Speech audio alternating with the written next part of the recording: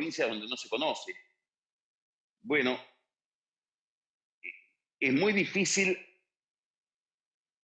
es interesante reflexionar el tema, ¿no? ¿Por qué? Porque la villa es un lugar donde la cuarentena no funciona.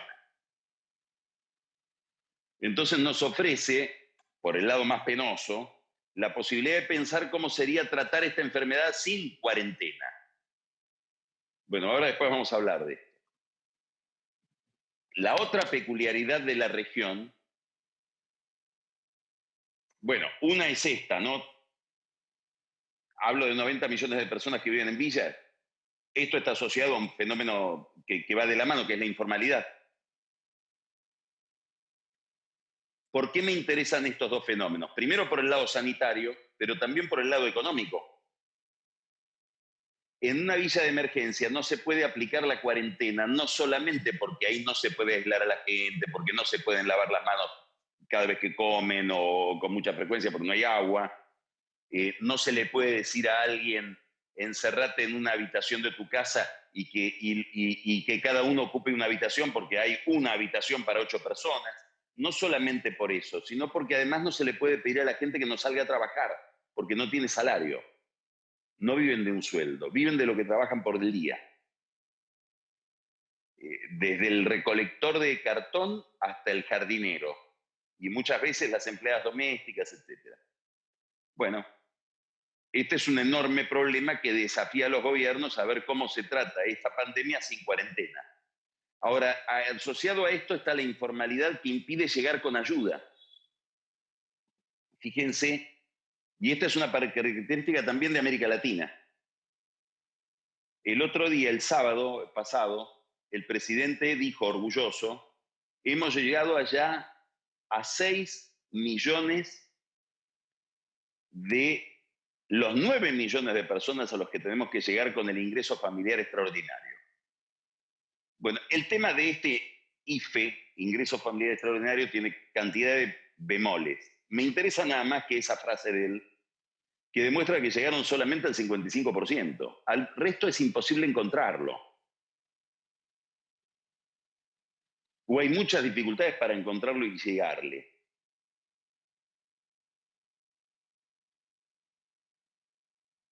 De la mano de... Bueno, y después el otro problema es que encuentra esta epidemia a los principales gobiernos de América Latina y en gran medida al nuestro, al gobierno argentino, con un problema que es la debilidad fiscal. Entonces implica un enorme esfuerzo fiscal para estados que ya están afectados por un déficit fiscal muy importante. Estoy hablando de México, de Brasil, de la Argentina, que entran a la pandemia con problemas previos. Bueno, todo esto hace que en América Latina tenga estas peculiaridades y en la Argentina otras adicionales a las que nos vamos a referir después. El gobierno, frente a toda esta masa de problemas, la estrategia más sistemática que tiene es ir prolongando la cuarentena. ¿Por qué? Yo creo que primero porque tiene una enorme desconfianza muy razonable, de la capacidad que tenga el Estado argentino para administrar algo que sea más complejo o más sofisticado que encerrarnos a todos en nuestra casa y no dejarlos salir. Es decir, controlar la calle. Esta es una razón. Que se demuestra en muchos casos. Básicamente dos. Uno, ya lo mencioné, que es la dificultad de llevar adelante una política sanitaria donde es imposible encerrar a la gente, que son las villas de emergencia. La otra fue aquel viernes en que mandaron a cobrar, había que cobrar las jubilaciones y los planes sociales. Bueno, eso fue un experimento de salida de la cuarentena espantoso. Muchos creen que estos virus que se encontraron en villas de la ciudad de Buenos Aires y del conurbano es una consecuencia de aquel momento. Imposible saberlo. Primera razón, entonces, una enorme desconfianza del gobierno en la posibilidad de controlar el, el movimiento de la gente. ¿Por qué? Bueno, porque en la Argentina el Estado es muy grande, ejerce una enorme presión fiscal, pero a su vez es un Estado muy incompetente. En segundo lugar, hay una razón adicional a esta anterior, que la clave por la cual es muy difícil abandonar la cuarentena es que no se hace el suficiente número de testeos. Es decir, si yo, ¿qué es lo que vemos? Por eso, el tema de las villas es interesante mirarlo, no solamente por lo que pasa con esos argentinos que están sometidos a situaciones tan lamentables en sus condiciones de vida, sino porque ahí en la villa, por supuesto con rasgos diferenciales que no se pueden universalizar, estamos ante un experimento de cómo sería manejar esto sin cuarentena. Bueno, en los lugares donde mejor se lo hace, probablemente sean las villas de la capital federal, que es muy distinto de lo del conurbano, la clave, la palanca para mover esto son los testeos. Testear a todo el mundo y aislar a aquel que se sospecha, que se detecta que está enfermo. Pero hay que testear al que tiene síntomas y al que está ligado al que tiene síntomas. Bueno, esto es muy difícil de hacer, porque por alguna razón misteriosa el gobierno no tiene la cantidad de kits que se necesitan para esto. No se los compró a tiempo, es difícil obtenerlos, el mercado mundial está saturado en su demanda de este tipo de, de reactivos. Entonces, este es un segundo motivo, no solamente la dificultad del Estado para controlar a la gente, sino la falta de test. Hay una tercera razón, que es que la cuarentena, y este es un tema al que me voy a referir y seguramente vamos a hablar varias veces esta mañana, la cuarentena premia al gobierno, premia en general a los gobiernos. Hasta ahora la estrategia del gobierno le ha dado un gran resultado en las encuestas. Es cierto, un resultado que es cada vez menos contundente, que va cayendo la popularidad de Fernández, pero llegó a alcanzar más del 80%. Bueno, voy a dar un dato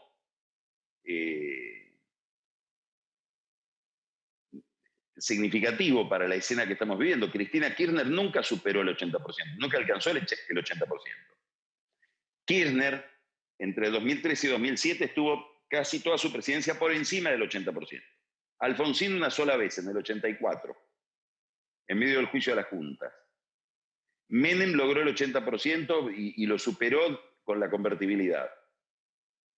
Bueno, Fernández entró en ese Olimpo, donde no están Cristina, donde no estuvo De la Rúa, donde no estuvo Duhalde.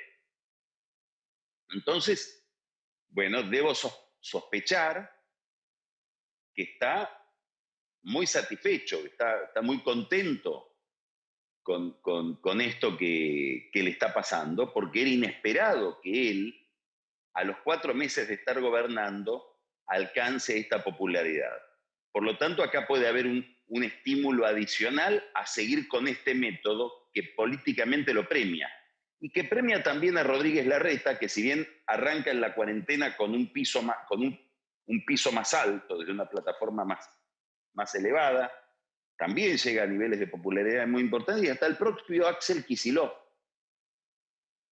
mejoró 15 puntos su imagen positiva. Entonces, estamos ante un dato político que no sabemos qué consistencia tiene, ahora vamos a hablar de eso, hasta dónde ese premio se va a seguir otorgando, pero que hace que el gobierno también se aferre un poco a esta estrategia. ¿El problema cuál es? El problema es, A ver, el que mejor lo planteó, a mi juicio, fue el embajador de Brasil. El embajador de Brasil escribió una nota en el diario La Nación hace ya semanas. Vieron que cada vez que habla Alberto Fernández menciona otros países y ahí salen los embajadores a dar explicaciones, corregir datos, etc. Bueno, el embajador de Brasil escribió una nota explicando cómo es el tema de la pandemia en Brasil, que es un tema complicado porque, claro, Bolsonaro es bastante impresentable, sostiene un discurso difícil de defender. Entonces, tuvo que hacer malabares Sergio Danese, que es el embajador de Brasil en la Argentina, para explicar el tema. Y entre la explicación, entre los argumentos de la explicación, tuvo que defender la idea de no ir a una cuarentena absoluta, como defiende Bolsonaro. De cualquier manera, en Brasil, ustedes saben, el tema de la pandemia se maneja a escala estadual, no a escala nacional. Tienen más poder y poder de determinación los gobernadores que el presidente. Pero bueno, Bolsonaro defiende no ir a la cuarentena. Y esto hacía que el embajador de Brasil tuviera que defender esa idea. ¿Cómo la defendió? Y este argumento de Danese, del embajador de Brasil, tiene todo que ver con este momento que estamos viviendo, porque estamos entrando a este problema que voy a describir ahora. Él dice, la economía, pensar la economía, pensar los niveles de recesión en los que estamos, no es para pensar un alivio respecto de la cuarentena. Es decir, te obligo a una cuarentena y pienso cómo aliviarte económicamente. No, no, no, no, no. Pensar la economía es pensar la condición de posibilidad de la cuarentena. Es decir, yo no puedo pensar como estrategia sanitaria la cuarentena si no tengo pensado cómo voy a hacer con la caída de actividad económica. ¿Por qué? Porque si no la gente la va a desobedecer. Si ustedes entran ahora a la web del diario La Nación, aprovecho para hacer la publicidad, van a encontrar que la primera noticia es: los gobiernos delegan en los jueces la represión de las manifestaciones anticuarentena. Ya hay manifestaciones anticuarentena. Con una peculiaridad, y esto ya nos va poniendo en, una en analizar políticamente este tema con mayor sutileza.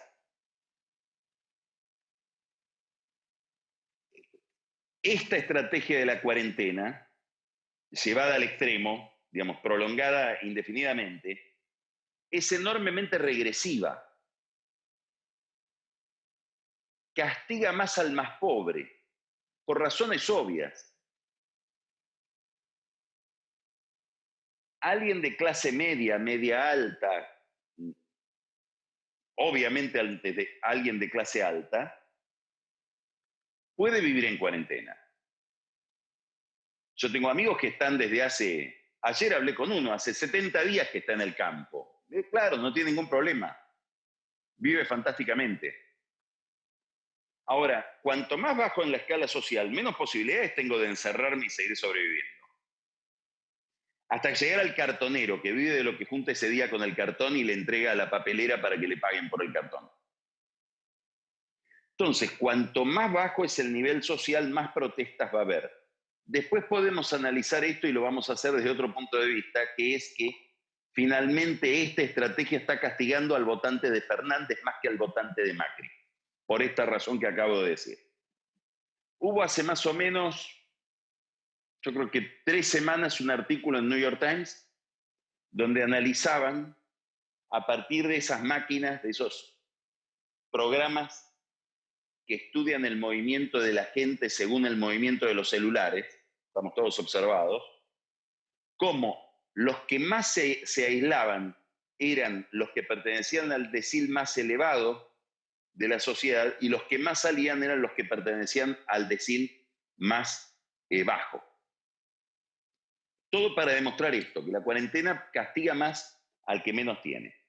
Entonces, acá aparece un problema que es hasta cuándo se puede sostener la cuarentena. Y es un problema al que el gobierno no le da toda la atención que corresponde darle ¿Y por qué me interesa? Porque no sabemos entonces cómo va a terminar la cuarentena. Si va a terminar digamos, lo pongo con un caso concreto. ¿Cuál es el gran temor de Rodríguez Larreta, por ejemplo?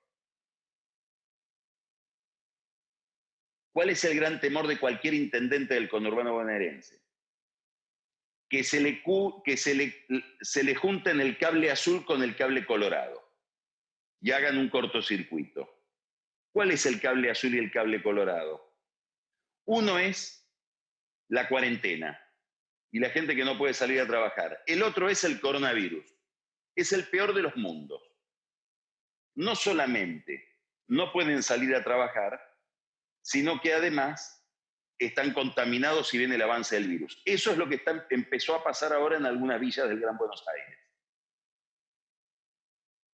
Y esto es lo que empezó a pasar en la Villa 31, en la Villa 1114, etcétera, de la capital.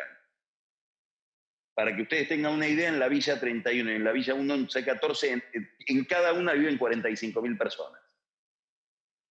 Bueno, entonces acá apareció otro problema, que es el miedo de los gobiernos a que aparezca un conflicto social ligado a esto, problema que no teníamos hace un mes.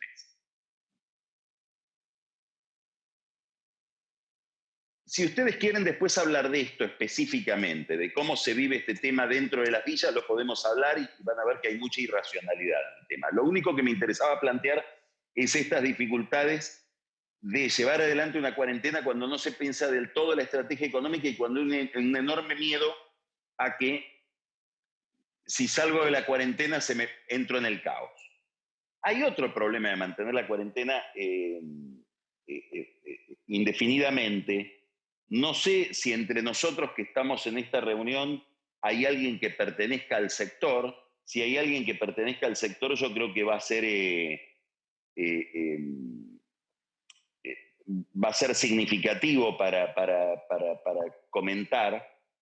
Yo me acuerdo que cuando estuve, Lisandro, allá en Rosario, en aquella charla, tuve una charla con alguien que era uno de tus invitados y que pertenecía justamente al sector de la salud.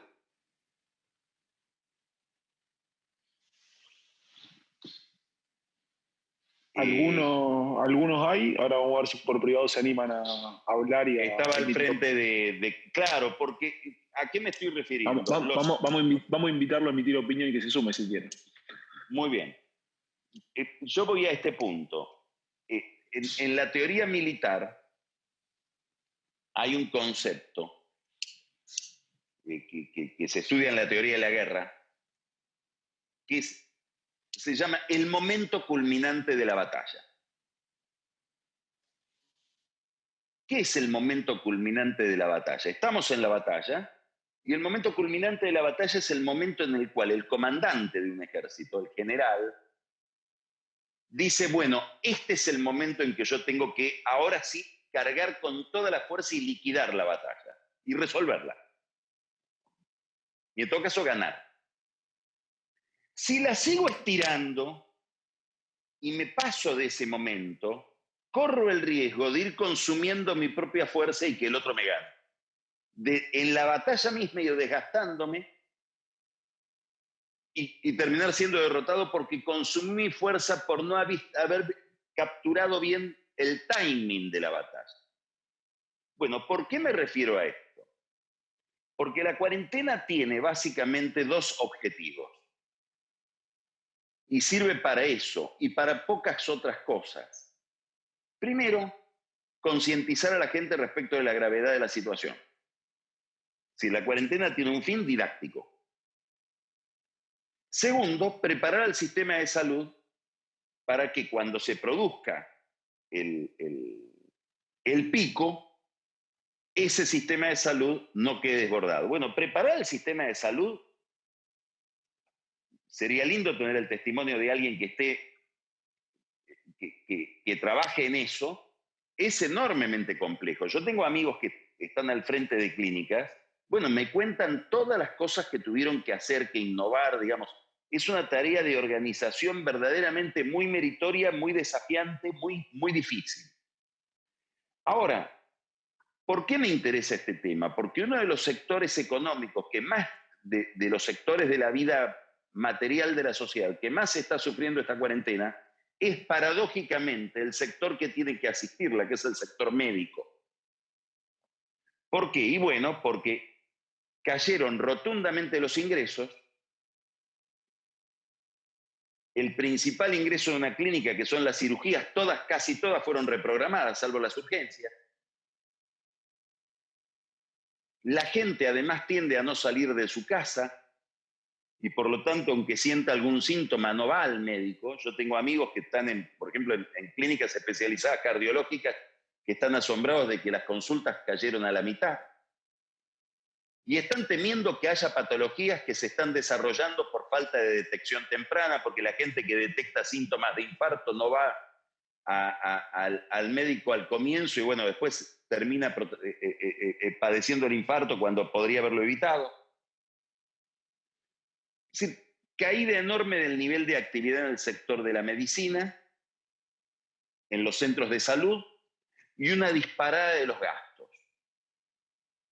Porque hay que comprar respiradores, porque hay que comprar oxígeno, porque hay que comprar barbijos, porque hay que comprar camas, porque hay que comprar gafas, camisolines. Digamos, equipar como nunca se equipó a esos centros de salud para una experiencia absolutamente nueva. Esta es una experiencia que probablemente sea inédita para todos los médicos de esta generación. Bueno, ¿cuál es el problema? Que si estiro mucho la cuarentena, es probable que en la trayectoria de estirarla esté debilitando al sistema de salud con el cual después tengo que atenderla. Este es un problema que no noto que el gobierno lo tenga del todo sobre la mesa, que lo tenga del todo meditado. Entonces, ahora estamos yendo hacia el momento más complejo, que requiere muchísima más sofisticación que el mero hecho de encerrarnos. Creo, y voy a ir terminando con esta parte de la exposición ahora, pero creo que hay como una especie de error subliminal, de malentendido que no se aclara, y es que la cuarentena no es una terapia. La cuarentena no es una forma de curarnos del virus, es una forma de postergar nuestro contacto con el virus. Pero hay un momento que se termina, por eso se llama cuarentena, y no infinitena, no es infinita. Entonces, una vez que se termina, hay que entrar a una operación más compleja, que es la que estamos mirando ahora. Por eso lo de las villas es importante, porque ahí es donde esa operación se concentra y se hace más aguda, como una especie de reducción a escala, como un gran banco de pruebas, que es cómo manejarnos con esta enfermedad sin el encierro o administrando el encierro de forma más flexible, porque lo más probable es que vayamos a un método de acelerador y freno, libero un poco, vuelvo para atrás, viendo cómo se comporta la curva de la demanda sobre el sistema de salud. Estamos desde el punto de vista económico ante una experiencia totalmente desconocida. Y esta es otra dimensión de la cuarentena y del aislamiento social, que es lo que Paul Krugman llamó un coma inducido. Es decir, es muy difícil encontrar un momento de la historia humana donde todos los actores sociales se ponen de acuerdo en producir una recesión. Es decir, donde la recesión es deliberada. Esto tiene muchas consecuencias. La primera es la dimensión de la recesión. Si ustedes entran ahora a Folia de Sao Paulo, van a ver que en Brasil están ya alarmados por la pérdida de 4.900.000 puestos de trabajo. En Estados Unidos estamos hablando de 20 millones de puestos de trabajo.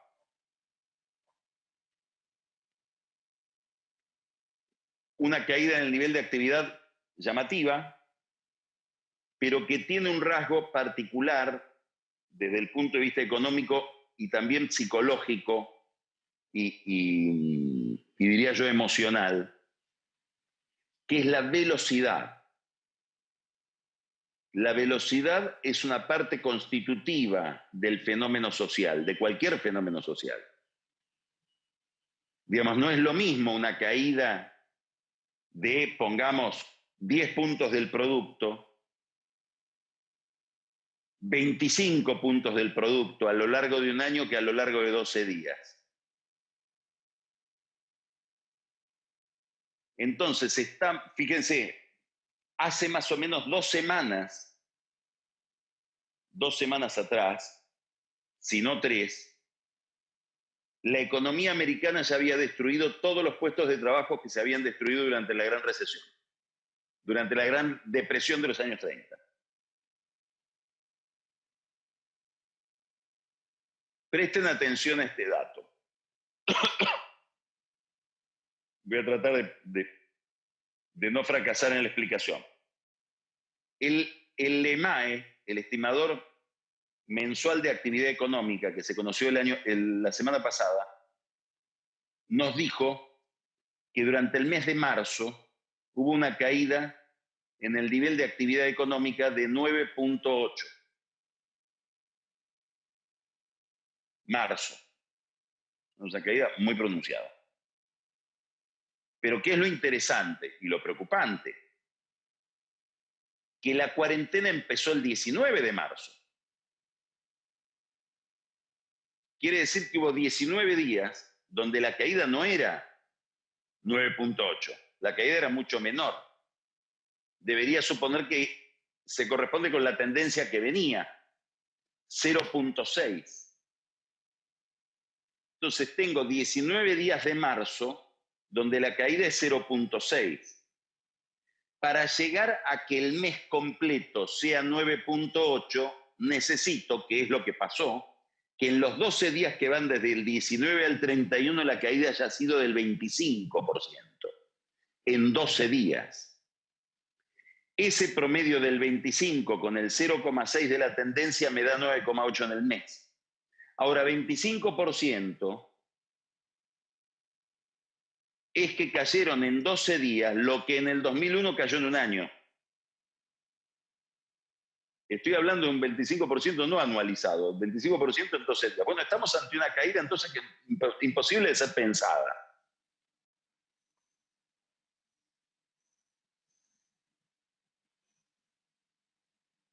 Esto plantea un enorme problema y acá es donde empiezo a ver algunas dificultades por parte del gobierno, no sé si en pensar el problema, pero sí en comunicar que lo está pensando. No sé si lo están pensando, pero es muy difícil enterarse de que lo estén pensando. Aun cuando uno averigua, yo estoy todo el tiempo tratando de saber qué hay en la cabeza de Fernández y de su equipo y no me encuentro con una solución a este problema que voy a plantear. Más bien me encuentro con ideas que probablemente sean equivocadas. Nosotros estamos yendo, ustedes saben que la historia nunca se repite. Como el futuro es incierto y eso nos angustia siempre, tratamos de encontrar momentos parecidos que nos hagan más o menos prever cómo sería el futuro, pero lamentablemente no hay ningún momento anterior, nunca, que sea exactamente a lo que vamos a vivir. Entonces tendremos que seguir conviviendo con la incertidumbre. Bueno, menos mal, porque si no sería todo aburridísimo. Ahora, hecha esa salvedad de que la historia nunca se repite, nosotros estamos yendo hacia una especie de crisis del 2001 en algunos aspectos. Ya empiezo con la primera diferenciación, que es que en la crisis del 2001 estábamos en un tipo de cambio fijo y ahora no estamos en un tipo de cambio fijo, más allá de que el gobierno se haya abrazado a una cotización del dólar. Pero no hay un régimen de convertibilidad. Hecha esa salvedad, estamos ante una caída en el nivel de actividad equiparable a aquella, como acabo de contar, pero, insisto, con un dato traumático muy importante, muy poco tiempo. Me gustaría insistir en esto, porque creo que es un rasgo muy peculiar del fenómeno. La crisis del 2008, los que entendían bien lo que estaba pasando con la economía americana y el sistema de hipotecas, empezó a finales del 2016. Ya en ese momento había gente que estaba, perdón, del 2006. Finales del 2006 había gente que estaba detectando lo que podía llegar a pasar. Y se prolongó bien pasado el 2009. 2007, 2008, 2009. Bueno, esto es como si concentráramos esa crisis en 3 meses. Es otra crisis. Bueno, entonces estamos en una crisis parecida al 2001 por la contracción del producto. Estamos en una crisis similar al del 2001 por la destrucción de capital. Nosotros tuvimos 12 años de un capitalismo muy agredido, que fueron los 12 años de los Kirchner, con enorme intervencionismo, las empresas muy perturbadas en su movimiento por el Estado, por la carga tributaria, por las regulaciones, por los problemas cambiarios, pero no hubo, por eso una gran diferencia con Venezuela, no hubo destrucción de capital, no hubo destrucción de empresas, ahora va a haber destrucción de empresas. A escala global y a escala local.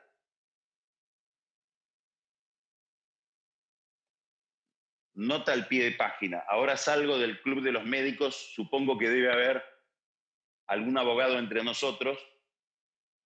Bueno, los abogados saben qué significa esto, hacia dónde vamos, por la enorme complejidad procesal que tiene, jurídica. No sé si el sistema judicial está preparado para resolver fácilmente la enorme cantidad de contratos que se están rompiendo y que se van a seguir rompiendo. Esto es otro problema, es otra pandemia. Vamos a un problema de atraso cambiario que ya lo estamos viviendo. Recuerden ustedes que el 11 de agosto, la semana posterior al 11 de agosto, si no fue la semana posterior, fue la quincena posterior, Alberto Fernández dijo, para calmar al mercado que se inquietaba con las declaraciones que él estaba haciendo sobre el sistema cambiario, $1 de 60 está muy bien. Bueno, seguimos en el dólar del 11 de agosto, con toda la inflación que ha corrido bajo el puente.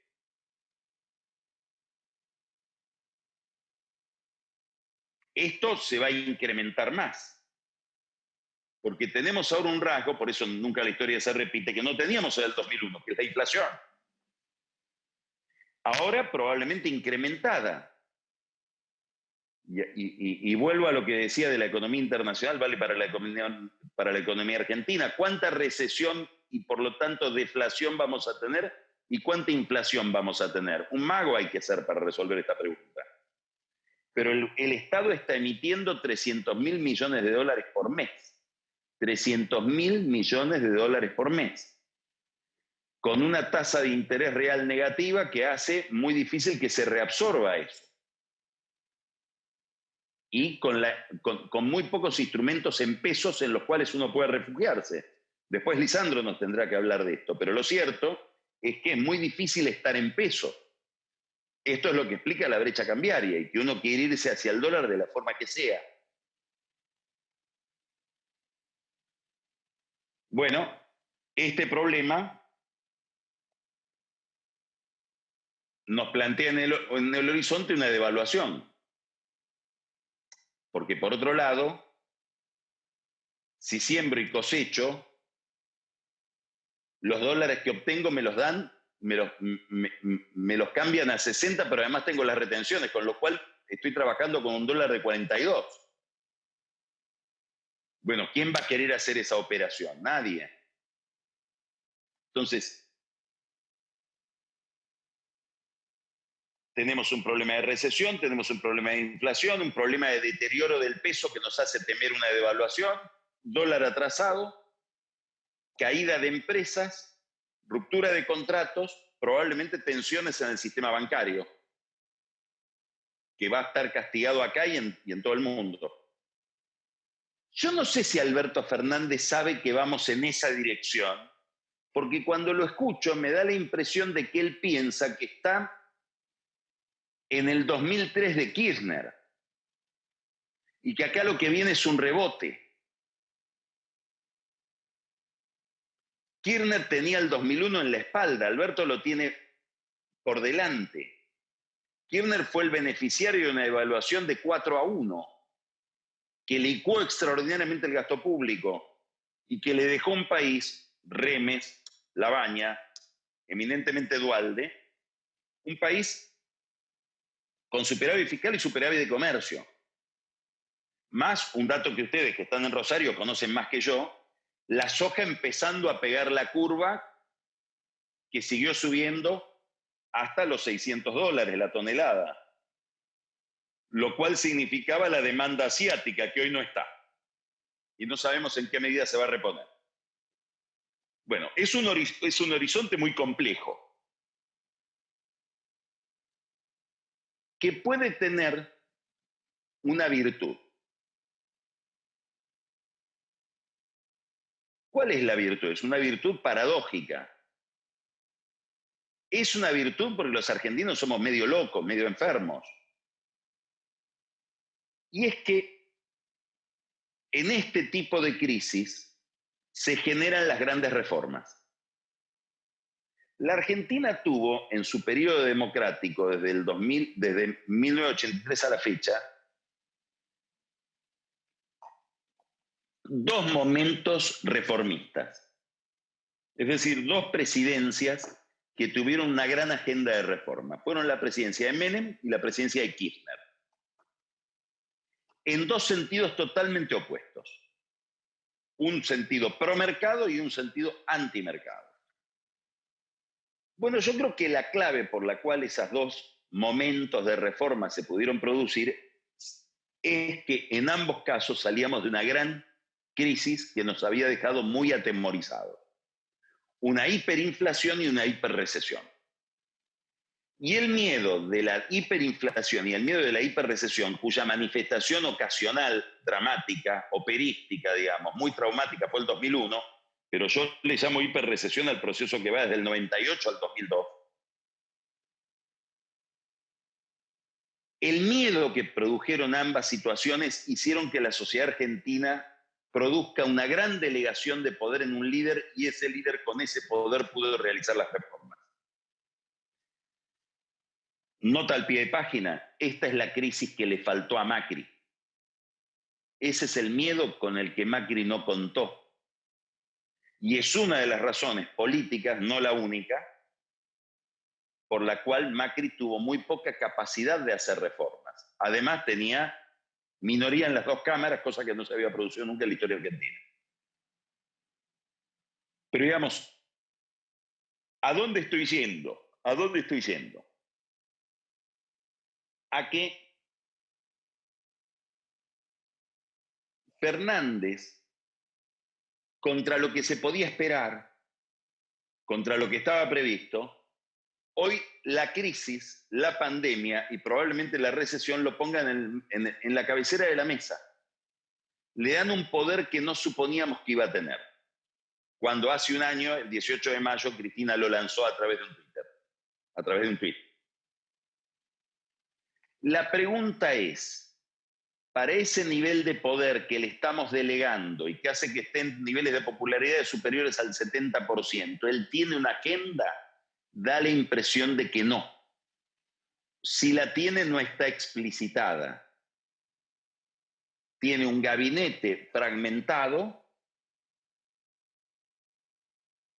Los problemas puntuales que se le presentan todos los días los atiende en Santiago Cafiero con Cecilia Todesca. Tiene un ministro de producción que gobierna una especie de reunión de distintas familias. Después de esto voy a hablar, voy a dedicarle una línea a esto, al problema del armado del gabinete. Tiene un ministro de Economía que es como si fuera un ingeniero de la industria automotriz especializado en una tuerca. Él sabe de esa tuerca, que es la deuda. Es una tuerca estratégica, pero el auto ya está hecho un bollo, como el que uno encuentra en la policía caminera al lado de las rutas cuando alguien tiene una desgracia de chocar dramáticamente, y él sigue pensando en la tuerca. Creo que ayer tuvo una reunión con las principales figuras de AEA y de lo que habló fue de la deuda. De este otro tema, que es el horizonte tan inquietante que tenemos por delante, no hay nadie que tenga en el gobierno un discurso completo. Sí vemos tensiones dentro de los distintos actores. Tensiones del Ministerio de Economía con el Banco Central, muchísimas. Un Banco Central al que le piden que, por un lado, controle la tasa de cambios y elimine la brecha, y por otro lado, baje la tasa de interés. Bueno, muy difícil de lograr. Y esto se le agrega que dos problemas más.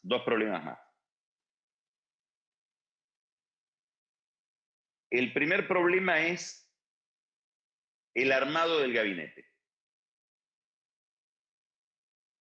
Este es un gobierno de coalición.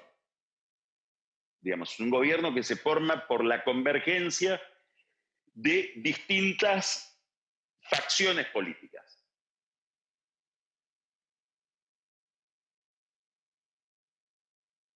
Bueno, los gobiernos de coalición, los líderes de gobiernos de coalición, las coaliciones, organizan los gabinetes loteando el gabinete. Esta experiencia es la que uno ha visto en Brasil en la época en que eran gobiernos de coalición, del PT o el de Cardoso, en Chile con las distintas coaliciones que ha habido en Chile, en Alemania donde gobiernan coaliciones todo el tiempo, en España hoy hay una coalición de gobierno. Bueno, a tal partido se le da tal ministerio. Pongo el caso de España. Pedro Sánchez, presidente socialista, le entrega a Podemos, que sería el partido de la izquierda, el Ministerio de Trabajo. ¿Qué significa entregarle a Podemos el Ministerio de Trabajo? Significa que la gente de Podemos va toda al Ministerio de Trabajo, que Podemos pone al Ministro de Trabajo, que probablemente el jefe de Podemos sea el que lidera toda esa área, pero lo más importante de todo, que la política laboral del gobierno de Sánchez va a estar diseñada, pensada por Podemos.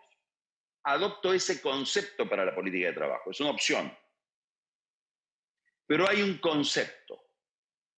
Entonces, yo soy un empresario español, un sindicalista español, un trabajador español, una pyme española, sé a qué atenerme. La política laboral la sigue Podemos. Leo los libros de Podemos y más o menos me voy a enterar de lo que está por venir. Muy bien. Fernández decidió no organizar así su gabinete de coalición. Y lo que hizo fue segmentar cada ministerio. Por eso hablé del Ministerio de Culpas, donde, por ejemplo, si voy a energía, son distintos. Galucho pone al gerente de YPF, pero en YPF también está Nielsen, que viene de antes y lo puso Fernández, y después tengo a Lanciani, que es el secretario de Energía, que está ligado al gobierno de Misiones, pero también lo tengo a Culfas peleado con Lanciani y peleado con... Y además los chicos de la Cámpora, que controlan los entes regulatorios. Entonces me pregunto, tema tan importante, ¿cuál es la política energética del gobierno de Alberto Fernández? No lo sé. Porque no hay un concepto, hay 5 conceptos. ¿Qué libros tengo que leer para saber, para poder más o menos darme una idea hacia dónde vamos? No hay un libro, hay 5 libros distintos, o ninguno. Esto que vemos en la política energética se reproduce en todos los campos. Entonces es muy difícil generar un programa porque hay una gran diversidad conceptual. Este es el primer problema. El segundo problema es que hay un sector del oficialismo, no hablo de gobierno, hablo de oficialismo, que sí tiene una agenda. Y ese sector está liderado por Cristina. Cristina, inclusive más que Máximo, su hijo, tiene una agenda. Es la agenda que le conocemos desde siempre, es una agenda estatista. No solo intervencionista, estatista. Intervencionista era Moreno, estatista es Kicillof. El intervencionista cree que la empresa privada debe estar en el centro de la escena intervenida. molestada, condicionada, regulada. Gran idea de Kirchner. Ustedes tienen derecho a hacer su negocio, pero el que les otorga ese derecho soy yo. Y tienen un límite. El negocio no debe alterar mi capacidad de conseguir votos. Esta era la esencia de Néstor Moreno. Kicillof piensa distinto. Lo mejor sería que no estén ustedes, sino que esté yo en ese negocio, el Estado. Y si no puedo estar porque no tengo una empresa estatal, voy a pedirles todos los datos de su comportamiento como empresarios y en una consola voy a pasar todos esos datos y voy a decirles cuánto tienen que invertir, cuántos empleados tienen que tener, qué sueldos tienen que pagar y lo que es más importante, les voy a determinar qué rentabilidad tienen que tener. Eso es estatismo. Cristina está más cerca de esto que de lo de Néstor. Y avanza. La pregunta es, y es una pregunta sin respuesta, y es la pregunta más importante. Si avanzamos hacia la crisis, ¿Alberto Fernández tiene alguna posibilidad de generar un esquema de poder alternativo al de Cristina? Esta pregunta yo digo es no. Él puede persuadirla a Cristina, pero es una idea, a mi juicio fantasiosa, pero justificada. Es una idea que se alimenta en dos hechos. Esta idea se alimenta en 10 años de críticas de Alberto Fernández a Cristina mientras estuvo fuera del gobierno y en la campaña electoral. Si yo miro esos 10 años de crítica de Fernández a Cristina y miro la campaña electoral, digo, no, este tipo viene con ideas propias y viene a armar una alianza de poder propia. Y con esa alianza de poder, no digo que la va a enfrentar, la va a disolver. Va a armar algo más amplio, donde Cristina va a estar incluida y disuelta. Hoy vemos que él no tiene la vocación de hacer eso. No hay ningún síntoma desde que llegó al poder hasta ahora de que quiera hacer eso. Si uno mira su política exterior, si uno mira la política económica, hay más iniciativas del lado de Cristina y del kirchnerismo y del sector más estatista que del lado de Fernández. Y su discurso es un discurso muy alineado con el de Cristina. Yo a veces lo escucho cuando dice como con un regodeo, hay un bichito que ahora está destruyendo las grandes fortunas. No, no es para alegrarse. Hay un discurso más bien antimercado, antirriqueza. Ahora, cuando él se encuentre más cerca de esta crisis que yo digo parecida al 2001, ¿va a tener la capacidad de armar esa coalición? Creo que no, que lo que puede hacer que haga es tratar de convencerla a Cristina. Y diría más, si yo fuera asesor de él, no le recomendaría que se pelee con Cristina, porque iría toda una situación todavía más caótica. Ahora, sigue habiendo una fantasía,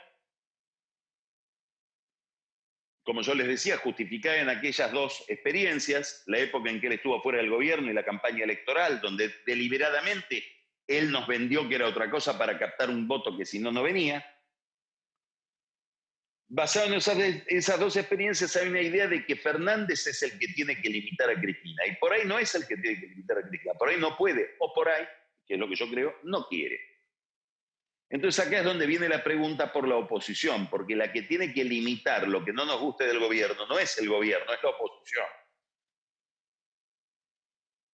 Bueno, la oposición todavía está callada. Tiene un mérito, tiene una virtud, tiene una ventaja, está cohesionada.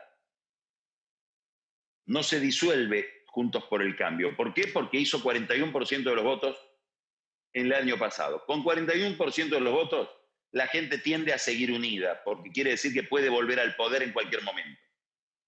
Pero todavía hoy carece de un discurso, todavía hoy está inhibida frente a Fernández, carece de un discurso frente a la pandemia y carece de un discurso frente a la crisis económica que va a suceder a la pandemia. Termino y pido perdón por haber sido tan larguero. Este gobierno llegó al poder con un mandato. Ese mandato era: Fernández, sacá a la Argentina de la recesión en la que la dejó Macri. Mucha gente votó a Fernández con grandes reservas respecto del kirchnerismo que acompañaba a Fernández, pero pensando que Fernández tenía más capacidad que Cambiemos para sacar a la Argentina de la crisis recesiva. No sé si ese mandato lo iba a poder cumplir o no con la política económica diseñada antes de que empezara la cuarentena, pero ahora ya es una pregunta abstracta. Lo que importa es que empezó la cuarentena y que no es que nos va a sacar de la recesión, vamos hacia una recesión más pronunciada, que va a afectar sobre todo no solo a los pobres, que pueden ser rescatados fácilmente por el Estado porque pobrecitos son muy pobres. No, afecta a la clase media baja y a la clase media, a empleados informales y formales, a pequeños empresarios, a profesionales liberales, a mucha gente que votó a Fernández. Bueno, ¿hasta cuándo esa crisis le va a ser imputada a la pandemia y hasta cuándo esa crisis le va a ser imputada a Fernández? Esta pregunta es la que decide el resultado electoral del año que viene. Lisandro, te pido disculpas porque hablé más de lo razonable, así que si quieren hacer comentarios o formular Carlos, preguntas...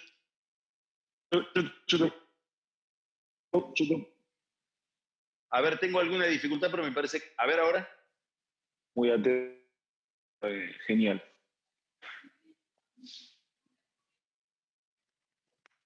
¿Ahora sí? Ahora sí. No, digo, yo Creo te que podría sí. escuchar 1 hora seguida más.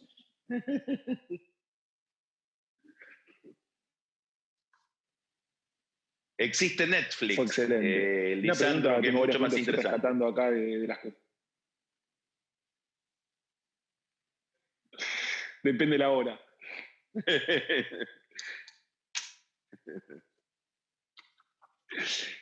Che, una pregunta que recién, bueno, arrancamos si querés de atrás para adelante. Sí. Con respecto a la imagen de Fernández, ¿cuánta responsabilidad tienen los medios de esa imagen que se creó, ese aura que se creó alrededor de Fernández, que era el indicado en algún punto para sacarnos de esto a pesar de eso, o integrantes de la coalición, como se le llama?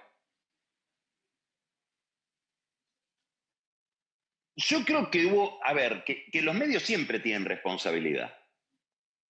Los medios somos muy responsables de muchas cosas y si estamos en la crisis en la que estamos, ya no hablo de esta crisis, sino si la Argentina vive el proceso tan complicado de inestabilidad, de estancamiento, de decadencia, ni que hablemos del plano institucional, los medios tenemos muchísima responsabilidad. Creo que muchos periodistas honestamente creyeron en el doble discurso de Fernández.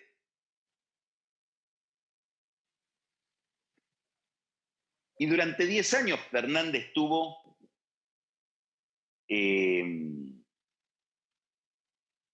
todo el tiempo participación en la vida pública como un gran crítico de Cristina Kirchner. Por lo tanto, bueno, era verosímil pensar que él intentara hacer algo distinto. Ahora, en política, esto es lo más importante de todo, el político no implementa las cosas, no hace las cosas que sueña bajo la ducha. Cuando vos sos político, tenés que tener una estructura para implementar tus ideas, una estructura de poder, que es gente organizada, que a su vez condiciona tus ideas. Porque vos, Lisandro, podés pensar determinada cosa sobre la industria, supongamos. Pero el día que aspirás a representarme a mí, ya tu idea sobre la industria tiene que ser el promedio entre la tuya y la mía. ¿Se entiende? Sí. Eso es la política. Y después traemos a un tercero y ya tenemos que promediar entre tres. Cuando tenés 1 millón de personas detrás, bueno, no tenés derecho a decir lo que pensás. Si no, no vas a poder implementar tu idea. Bueno, Fernández tiene alrededor, debajo, y además en la vicepresidencia, dato central, alguien que probablemente piensa muy distinto que él. De él no sabemos muy bien qué piensa, no sabemos si tiene ideas demasiado consistentes, demasiado sólidas, o si es más bien oportunista en su discurso. Ahora, acabo de decir algo muy importante. Cristina no es Lula, que lo postuló a Fernando Haddad desde la cárcel y seguía afuera. Cristina no es Uribe, que lo postuló a Iván Duque y sigue siendo senador. Cristina se puso de vice. Es decir, puso un fusible en la presidencia. Cuidado con eso. Ella no necesita en su narcisismo ser vice. No es que dijo, no, y yo me quedo con la vicepresidencia porque algo me llevo. No. Ella no necesita la vicepresidencia. Si lo hizo fue por una cuestión de poder y porque tiene mucho interés en mantener la ortodoxia de determinada organización económica. Y creo que puso a Fernández como una especie de Dualde que tiene que hacer las cosas que ella no está dispuesta a hacer. Básicamente, arreglar la deuda y mantener un acuerdo con el fondo. Ahora, no sé si sabe la cantidad de cosas que supone eso. Iba a decir eso, arreglar la deuda de acuerdo con el fondo, el que lo mira desde el punto de vista económico, no puede incluir, decir, che, qué buena noticia lo que está diciendo. La contrapartida de eso es tu apreciación, que obviamente tiene que ver con una realidad de pandemia, cuarentena, o las dos cosas juntas, de lo que lleva y conlleva ese tema económico a lo social también, digamos, para adelante. O sea, si la pandemia no hubiera existido, y voy para atrás, o no hubiera pasado esto, el murciélago en Wuhan, de ahí para adelante, si es que fue así, no importa. Sí. Alberto arreglaría la deuda, hubiera arreglado con el Fondo Monetario y la condición económica sería la misma o sería más optimista y menos pesimista desde el punto de vista de la actividad real? Yo creo que, a ver, me haces una pregunta que es lo que se llama una ucronía, algo que no sucedió, un contrafactual, ¿cómo hubiera sido? Me demoro un segundo. No es imposible, no es imposible. No es imposible, pero tiene la limitación de estar pensando en algo que no sucedió. Voy a tratar de contestarte la pregunta. ¿Por qué me interesa meterme en esta pregunta? Porque no es ocioso pensar qué hubiera pasado. Me interesa darte la respuesta porque en la respuesta está lo que puede llegar a pasar.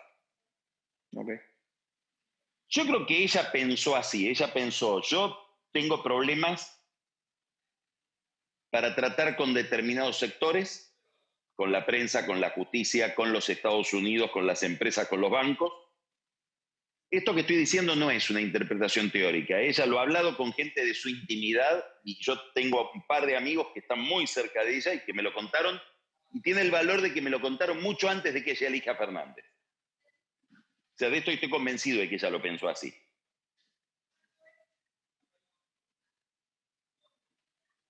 Entonces, yo creo que tengo problemas de relación con determinados sectores de poder y creo que la Argentina hoy, esta Argentina de hoy que deja Macri, es imposible de ser gestionada sin arreglar la deuda y sin un acuerdo con el fondo. Casi diría centralmente un acuerdo con el fondo, porque el tema de la deuda en el momento que lo estamos hablando inclusive era más brumoso. No era tan claro que había que ir a una reestructuración. Y eso implica hacer una cantidad de cosas que hay que hacerlas, pero que yo no quiero hacer, porque deteriorarían, desfigurarían mi imagen ante la historia, que ya está consolidada. Néstor y yo fuimos los presidentes más igualitarios, más distribucionistas de la historia argentina, desde Cornelio Saavedra hasta acá. Esta es la imagen de ella. Entonces, que eso lo haga aquella persona que me pedía y que me aconseja que hay que hacerlo, que es Fernández, a quien conozco perfectamente porque trabajó mucho tiempo al lado mío. De paso, esto me cierra con una martingala electoral interesante para mí, Cristina, que es que pongo a alguien que me criticaba y eso me puede traer parte del voto que me critica. Lo pone a Fernández y Fernández empieza una política económica y acá está lo que les decía yo de si él iba a poder sacar a la Argentina de la crisis o no. Él empezó una política económica, y esto que les voy a decir les va a parecer al principio disparatado, que en su esencia es la misma de la de Macri. ¿Que cuál es? Hay que arreglar las cuentas públicas y todo lo demás se ordena.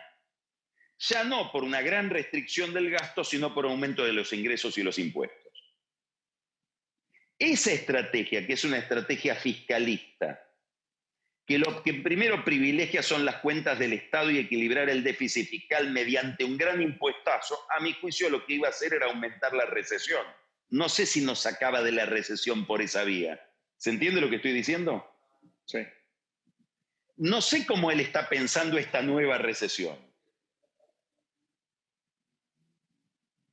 Ahora, evidentemente, ya más capacidad para reducir el gasto no tiene, lo que va a tener que licuarlo en algún momento. O lo va a licuar el mercado con una gran devaluación.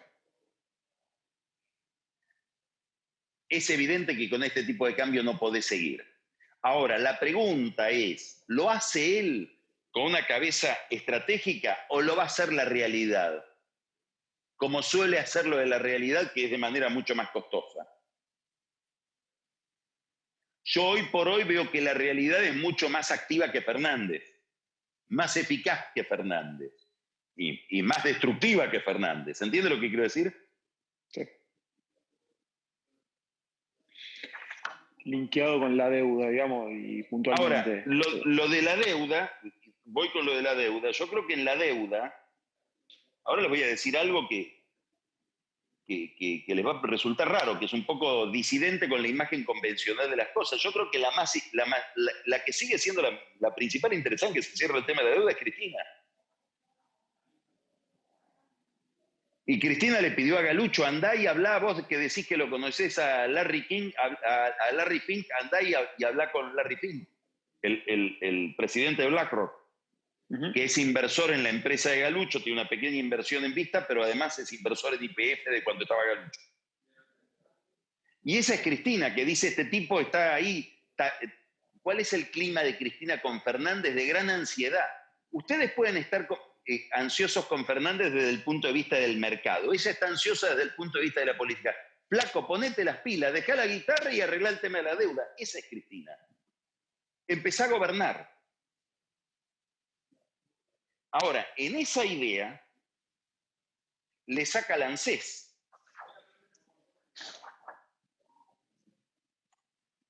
Voy a hablar del ANSES ahora, y van a ver que es importante. ¿Qué quiero decir cuando hablo del ANSES? Que no sé si entienden la relación entre medios y fines. Yo te digo a vos, Lisandro, andá y arreglá con el fondo, pero por ahí no sé qué significa las cosas que vos tenés que hacer. A lo mejor después no quiero que hagas las cosas que tenés que hacer para arreglar con el fondo. Yo dije, sí, arregla con el fondo, pero le tomaron el ANSES.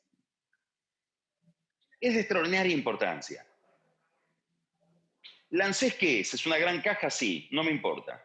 ¿La ANSES qué es? ¿Una gran estructura territorial para poner candidatos en todas las ciudades por parte de la Cámpora? Sí, no me importa. ¿Es una gran base de datos para hacer Big Data y meterse en la vida de la gente? También, no me importa. Lo único que me importa de la ANSES es que cualquier acuerdo con el fondo empieza por una reforma del sistema previsional. Es imposible hablar con el fondo sin una reforma del sistema previsional. Porque sin una reforma del sistema previsional no podés pensar el problema fiscal en la Argentina y mucho menos hacer una reforma impositiva. Bueno, eso se lo tomó la Cámpora a Fernández y él lo entregó sin saber qué significa entregar eso. Entonces, hace más o menos 2 meses, en una reunión donde estaban Máximo, Cristina, etcétera, Máximo, ironizando, le dice a su mamá, escuché que Moroni, el ministro de Trabajo, quiere subir la edad jubilatoria. Se ve que tiene un arreglo con Macri ya, porque nosotros los votos para eso no se lo vamos a dar. Y si uno mira el discurso de Fernández Raberta, la nueva titular del ANSES, es un discurso muy estatista, muy conservador en materia de reforma del ANSES, del sistema previsional. Bueno, eso es el corazón de un acuerdo con el fondo. Entonces, sí, queremos el acuerdo con el fondo, por supuesto. Ahora, ¿sabemos qué significa? No, parece que no saben qué significa. ¿Se entiende? Sí. Bueno, y vos tocás un tema importante, que son las reformas estructurales de Argentina, que no se hacen hace, obviamente, décadas, digamos, no es un tema de hoy ni de ayer. ¿Hay voluntad o esto puede ser una oportunidad para que aparezcan? En función, pareciera que sí, pero en función de No, esto yo último... creo que es una gran oportunidad. La crisis te plantea una gran oportunidad, una gran necesidad, pero no. Hoy, a ver, la reforma laboral la tenés servida porque se está haciendo sola. Es decir, ya está, el mercado te la hizo solo. Bueno, ahora, no tendría que estar el Estado mirando cómo se hace, inclusive en defensa de los trabajadores.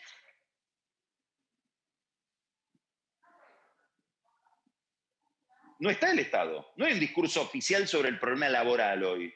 Lo que vemos son regulaciones de mala praxis, donde te digo, vení que te doy el auxilio para pagarte el 50% de los salarios, pero tenés que tener el mismo nivel de facturación que el año pasado, o menos.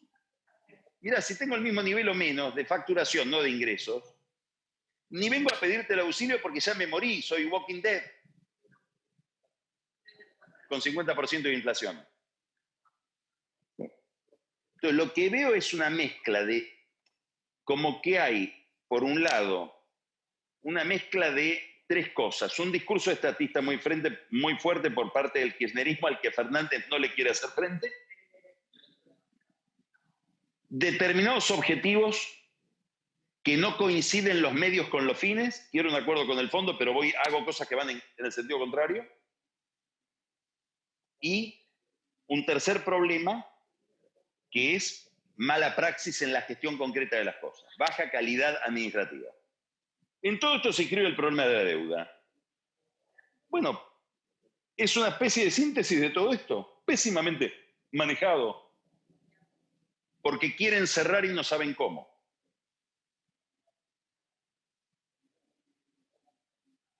A ver, si quería ir al default lo tendría que haber declarado el 10 de diciembre y evitarme pagar la cantidad de miles de millones de dólares que pagué.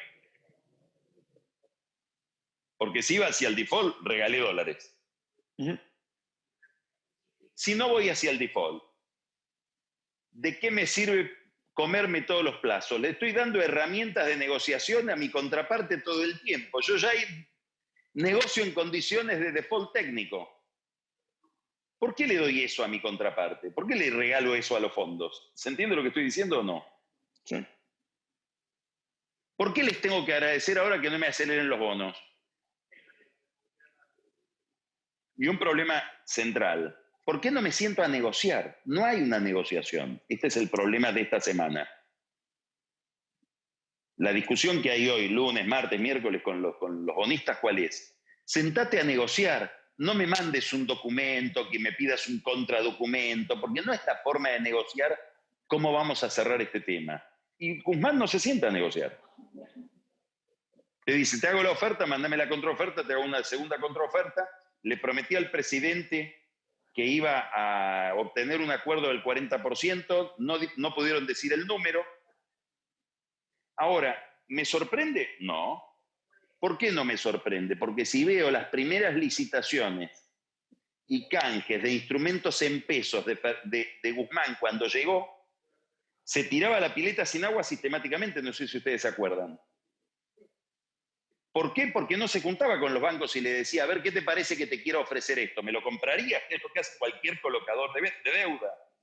Correcto. ¿O no? ¿No? Sí. Él no lo hace. Error principal, haber hecho la oferta antes de negociar. Porque ahora yo, Carlos Pañi, todos los días me estoy matando de risa en el diario de todo lo que tiene que ceder. ¿Es una mala gestión o está hecho a propósito?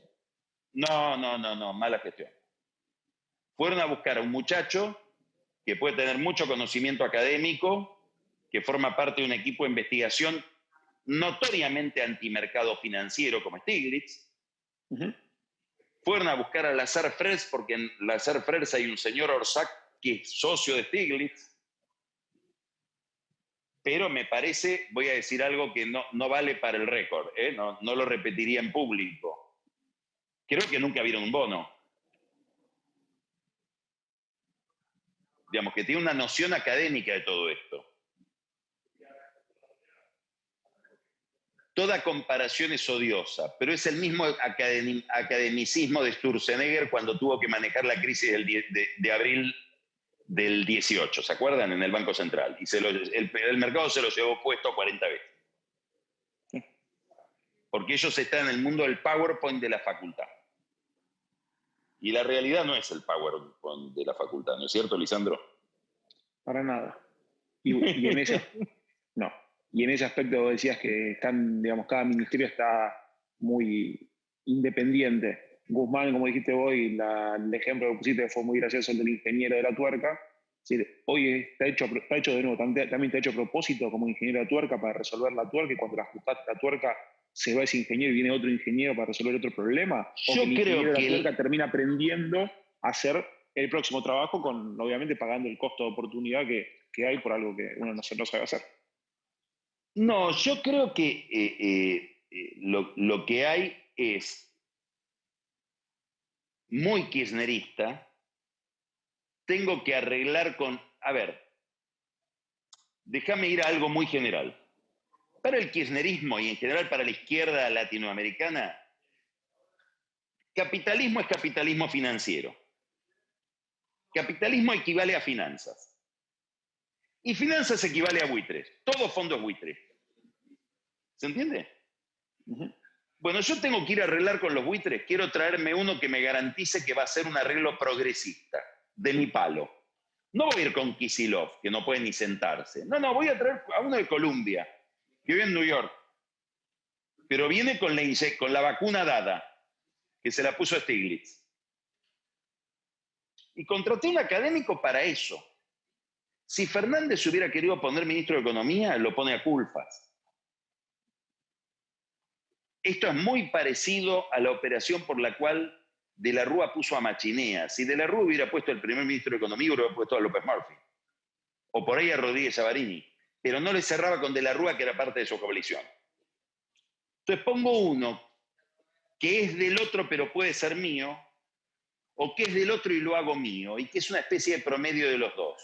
No es Kicillof, es Guzmán.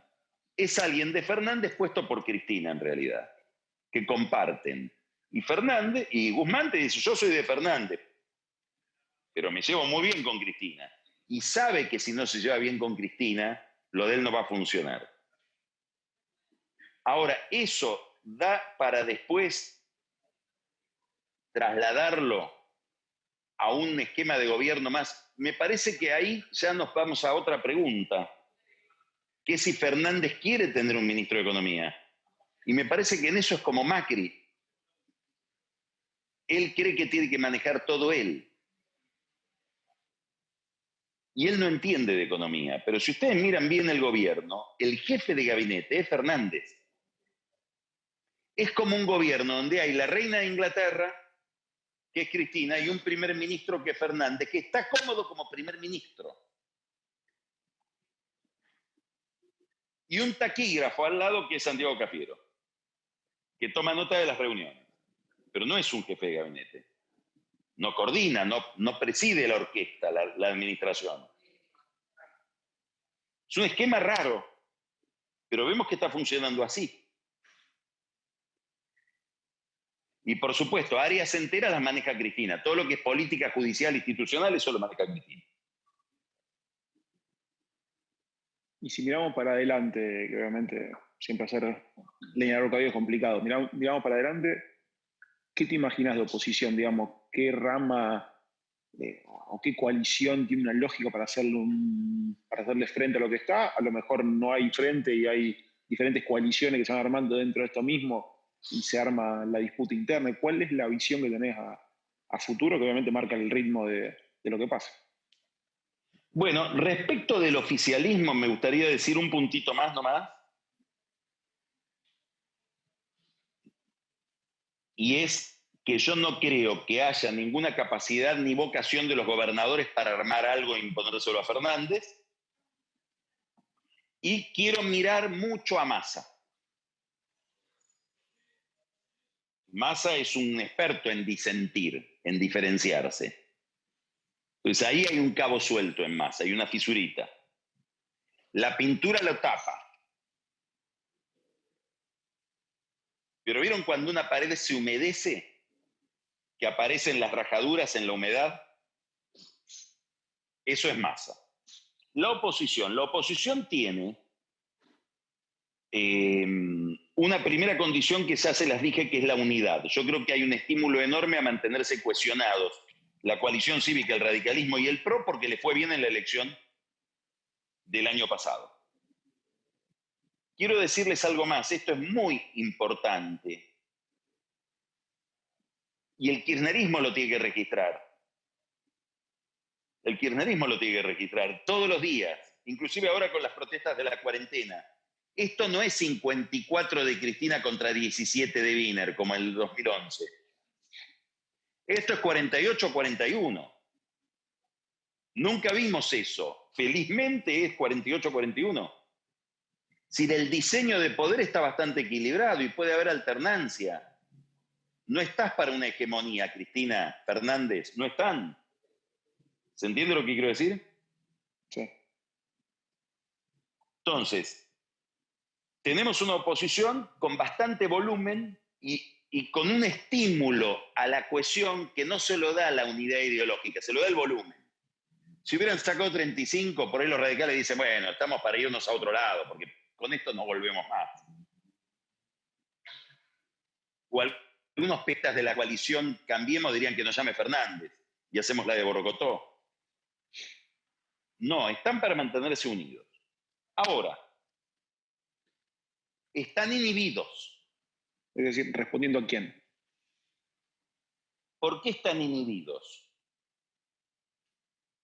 Algunos, porque Fernández tiene mucha popularidad. Cuando hay un presidente con mucha popularidad y en medio de una crisis como la pandemia, la oposición se calla la boca porque tiene miedo a enemistarse con aquellos que le dan la popularidad. Si ustedes miran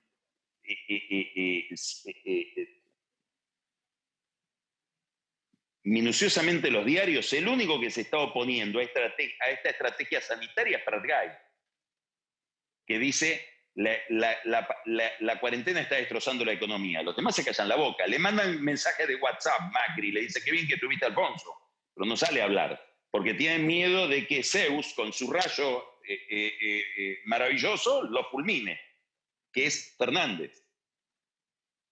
Es decir, yo salgo a hablar diciendo que la cuarentena es una mala estrategia económica que nos va a llevar a males mayores por los daños que va a producir no solamente en la vida económica, sino en la salud, con otras enfermedades, etc. Y Fernández me dice, este quiere que se mueran 5.000 personas o 10.000 personas, quiere la muerte de los argentinos. Y la gente le cree, entonces no lo digo, ¿se entiende? Sí, y después hay otro 80%. factor inhibidor. Hoy no es 80, llegó a 80 en el área metropolitana. Hoy debe estar en 70, muchísimo. Nadie quiere pelearse con alguien que tiene 70% en la política. Distinto si sos periodista, eso es otra cosa. Yo no vivo de que me voten. Ahora, hay otro factor inhibitorio muy importante para mirar en la oposición, que es fiscal. Gerardo Morales, que tiene un peso enorme dentro del radicalismo, Valdés, el gobernador de Corrientes, Suárez, el gobernador de Mendoza, y eminentemente Horacio Rodríguez Larreta, en la capital federal, saben que dependen del reparto de emisión monetaria que haga Fernández para cerrar las cuentas. Todos están angustiados con una caída de la recaudación que es del 40% o más.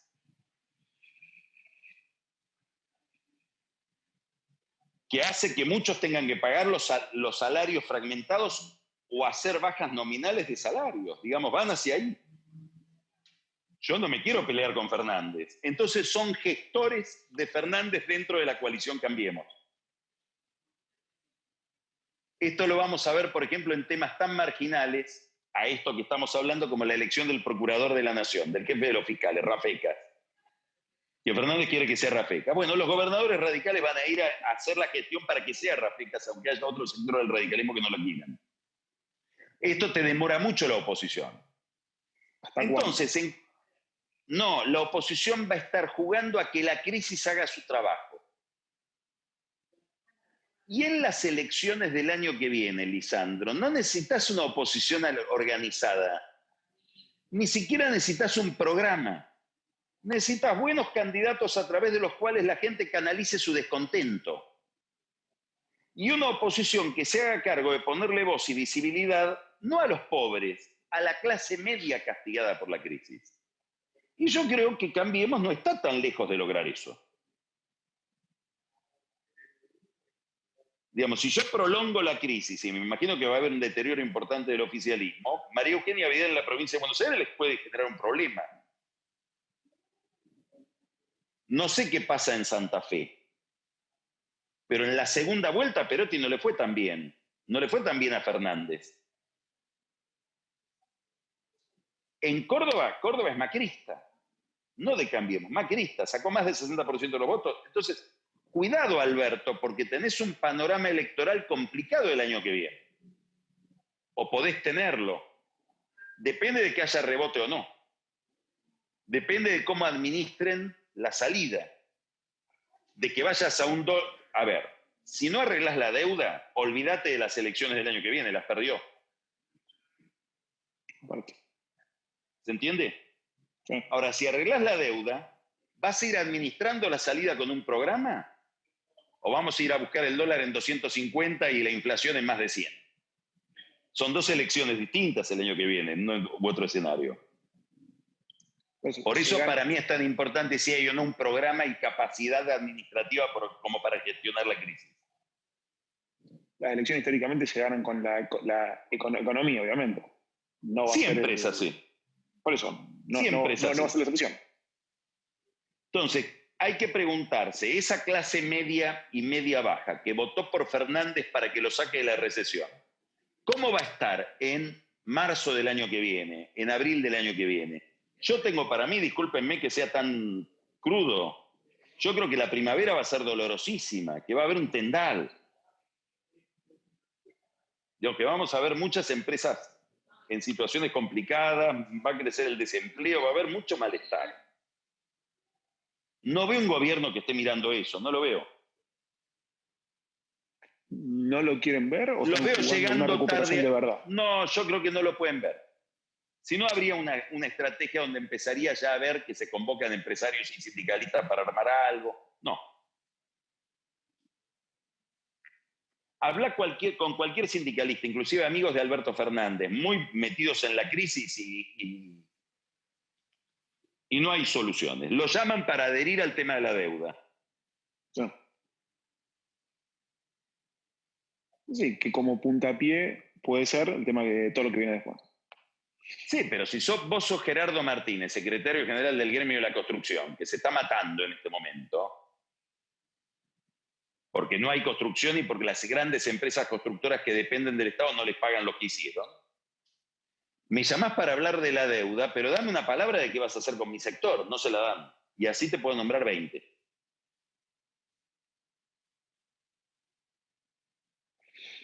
El impuesto a la riqueza, dijiste algo, tocaste el tema fiscal. Yo quiero ver cómo va ese impuesto a la riqueza, porque no sé si a Cristina le convence tanto ese impuesto, ¿vos sabés? No sé, quiero ver cómo pasa por el Congreso ese impuesto. Y quiero ver cómo pasa por tribunales. O sea, que más allá porque de el impuesto a la riqueza ya existe. Y es bienes personales. Sí. Ahora, es un impuesto que tiene una carga ideológica que te indica que hay un problema con la riqueza. Sí, pero hay una lucha interna. Vamos a un problema. A ver. Bueno, la lucha interna entre lo que piensan, digamos, y el razonamiento que vos decís que tiene un razonamiento antimercado o no promercado, vamos a llamarle, con poner en discusión el impuesto a la riqueza, según tus palabras, si sirve o no sirve en términos políticos. O sea, más allá del pensamiento que tenga, todo termina en la elección del año que viene. Vamos a vivir cada año y medio, 2 años. Pero voy a esto, Lisandro, yo no veo el conflicto político hoy. Veo que Fernández dice sí. Y vienen Máximo y Heller a mi despacho y yo bendigo el impuesto a la riqueza y lo hago venir a Guzmán a decir esto está bien. No veo lo que suponía que iba a haber, que es que venía la cámpora con el impuesto a la riqueza y un Fernández pro mercado más moderado le dice no, ahora no, porque necesitamos crear riqueza. Y no ponerle un impuesto. No lo veo eso. Por eso digo que la hipótesis inicial, que era que acá venía un Fernández a contradecir a Cristina, a equilibrarla, no se está verificando. Él está contento de ser el operador de ella.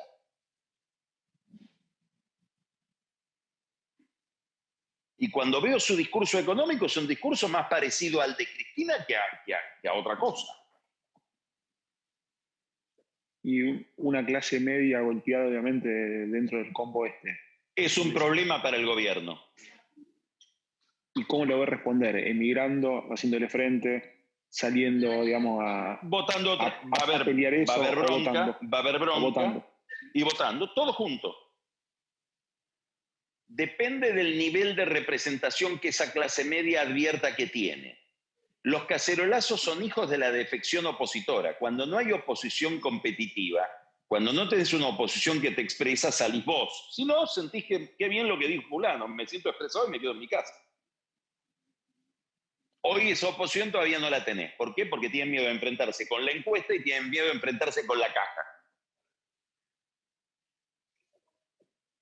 ¿Y durante cuánto tiempo pueden seguir con la pandemia, ya para ir cerrando, en el esquema donde está planteado hoy, avanzando, retrocediendo? No, lo veo cada vez más limitado ese esquema. Hoy ya tenés protestas y ese esquema está estallando en las villas.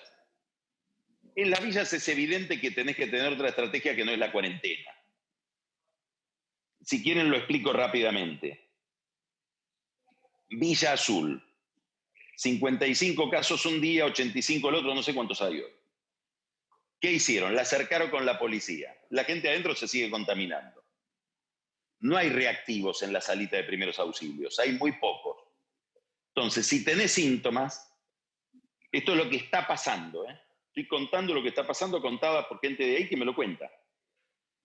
Si tenés síntomas, vas a la sala de primeros auxilios, te hacen el hisopado y si estás enfermo te mandan a encerrarte en tu casa. Tus contactos estrechos, ¿le hacen el hisopado para saber si están contaminados o si están contagiados y no tienen síntomas? No. Ahora, vos sos el hijo del señor que se sabe que está contagiado. ¿Qué haces? Mentís los síntomas para que te hagan el hisopado, si no, no te lo hacen. Entonces, todos están muy, muy inquietos. La comida, ¿cómo hago para comprar la comida? Si no me dejan salir, están los policías. Llevan la comida con deficiencias, comida, lavandina, y la dejan ¿dónde? Escuchen esto, en la sala de primeros auxilios. Es decir, que yo, para ir a buscar lavandina, tengo que ir al lugar donde está el coronavirus. La policía, ¿cuánta gente es? 300 tipos alrededor de la villa. 300 por turno, 1000 por día. Que no quieren entrar para no contaminarse. Si tengo 10, 15 villas de la provincia de Buenos Aires, donde en el conurbano bonaerense hay 870, supongamos que tengo 15 con coronavirus, que la cierro a las 15, ¿con cuánta policía? Necesito 15.000 policías. Si tengo 15.000 policías cercando villas, se me transforma todo en un desastre de robo y criminalidad. Es decir, la estrategia de la cuarentena rígida encontró un límite en los barrios populares. Y encontró un límite en la gente que no puede seguir viviendo si no abre su negocio. Esos son los dos límites que ya estamos viendo. ¿Qué va a hacer el gobierno frente a esto? Todavía no está claro. ¿Y las alternativas cuáles son? Digamos, hacerle caso a la gente. Ir administrando una cuarentena que vos vas liberando, pero para liberarla tenés dos problemas centrales. Uno, tenés que hacer más testeos. Dos, tenés que tener una relojería muy armada para administrar el tema del transporte. Porque cuanto más libero la cuarentena, más la gente se sube al colectivo. Y en el colectivo no puedo. En el colectivo tengo que mantener cierto distanciamiento social. Entonces, implicaría una operación muy compleja de reargamar los turnos de las empresas, digamos, y aplanar la curva de uso del transporte público, ya que estamos en tema de aplanar las curvas. Ahora, muchísima gente dice, me tenés encerrado y de 4.300 camas de terapia intensiva se están usando menos de 200. ¿Hasta cuándo? A ver, lo digo de otra manera. Estadísticamente, con este nivel de contagios, para desbordar el sistema sanitario necesitarías 400 días.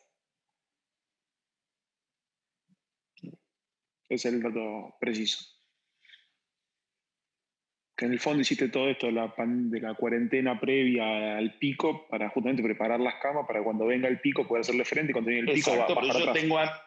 tengo amigos en las clínicas que me dicen ya queremos que vengan los enfermos, porque además nos está enfermando la cabeza estar preparados para enfrentar algo que nunca llega.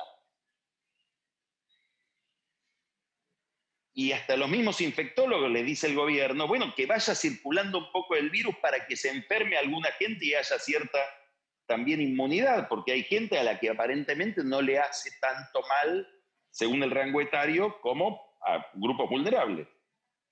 En las villas es un problema, ¿no? En las villas es un problema porque hay muchas enfermedades previas. Si bien la gente no hay tantos ancianos, adultos mayores en las villas, entre otras cosas porque no se llega a esa edad, la gente joven tiene problemas de bronquiolitis, de asma, digamos. Hay otras enfermedades que no van bien con este virus, ¿no? Estamos ante un problema complejo. Que sabía que lo teníamos desde el primer día. El primer día todos supimos, yo me cansé de decirlo por televisión desde el primer día, acá el problema en América Latina son las villas de emergencia. No me pueden decir que ahora lo descubrieron.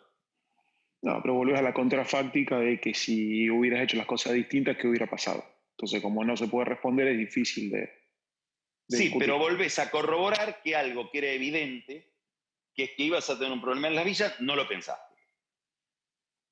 Y esto me sirve para pensar que si la misma cabeza que pensó el problema de las villas es el que está pensando el problema de la recesión en el mediano plazo, es una cabeza que le cuesta mucho prever los problemas. Que va encima de los hechos. Perfecto. Carlos, Lamento no ser del todo optimista. No, pero la verdad que uno lo que quiere escuchar es un panorama general, entender los pasos, digamos, que tenemos que mirar para adelante para ir comprendiendo el optimismo o el pesimismo, digamos, que uno puede sentir. Y según lo que decía, obviamente, el próximo paso clave es resolver el tema de la deuda, que se arregle efectivamente y cómo se sale de la cuarentena y cuán doloroso es. En eso, y después que culminaría con las elecciones del año que viene.